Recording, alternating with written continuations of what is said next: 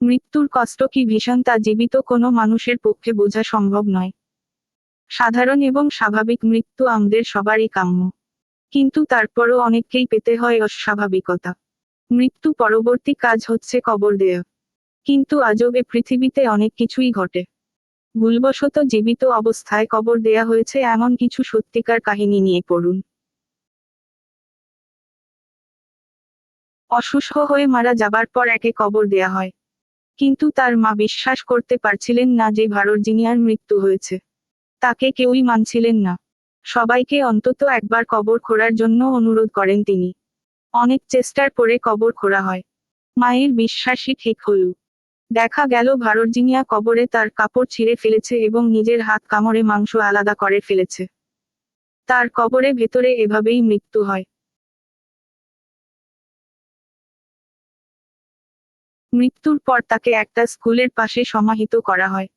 পরদিন স্কুলে ছাত্ররা আসলে কবরের ভেতর থেকে গোঙানির শব্দ শুনতে পায়।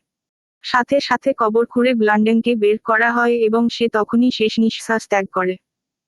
কবরের ভেতরে মৃত্যু যন্ত্রণায় সে নিজের হাত ও মুখ আঁচড়ে সেও করে ফেলেছিল। মেয়েটাকে কবর দেয়ার কিছুদিন পরে মৃতদেহ অন্য জায়গায় সরানোর দরকার হয়। কবর খুঁড়ে দেখা যায় কলিন্স মৃত্যু যন্ত্রণায় তার কাপড় ছিঁড়ে ফেলেছে, তার হাঁটু থুতনির কাছে এনে রেখেছে এবং হাত দুটো মাথার পেছনে বাঁকা করে আটকে ফেলেছে। অসুস্থ হয়ে হাত পা ঠান্ডা হয়ে যায় তার এবং পুরো শরীর শক্ত হয়ে যাওয়ায় সবাই ভেবেছিল বোধহয় মারা গেছে জেনকিন্স। তাকে কবর দেয়া হয়। একটা গুজবের কারণে তার কফিন খোঁড়া হয়। লাশ বের করে দেখা যায় জেনকিন্সের হাতে তার ছেঁড়া চুল, তার নখে ও মুখে রক্তের দাগ, আর কফিনের গায়ে নখের আঁচড়। সম্ভবত মৃত্যু যন্ত্রণায় সে নখ দিয়ে কফিনের গায়ে আঁচড় কেটে তা খুলতে চেয়েছিল। এনার মৃত্যুর মতো ভয়ানক মৃত্যু করে হয়েছে কিনা তা মনে হয় না। ইয়েলো ফিভারে আক্রান্ত ববিন ছিলেন অন্তঃসত্ত্বা।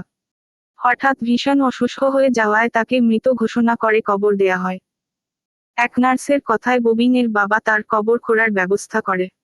যা দেখা যায় তা বর্ণনাতীত। ববিনের কবরের মধ্যেই বাচ্চা হয়েছে এবং দুজনেই ওখানেই মৃত্যু বরণ করেছে।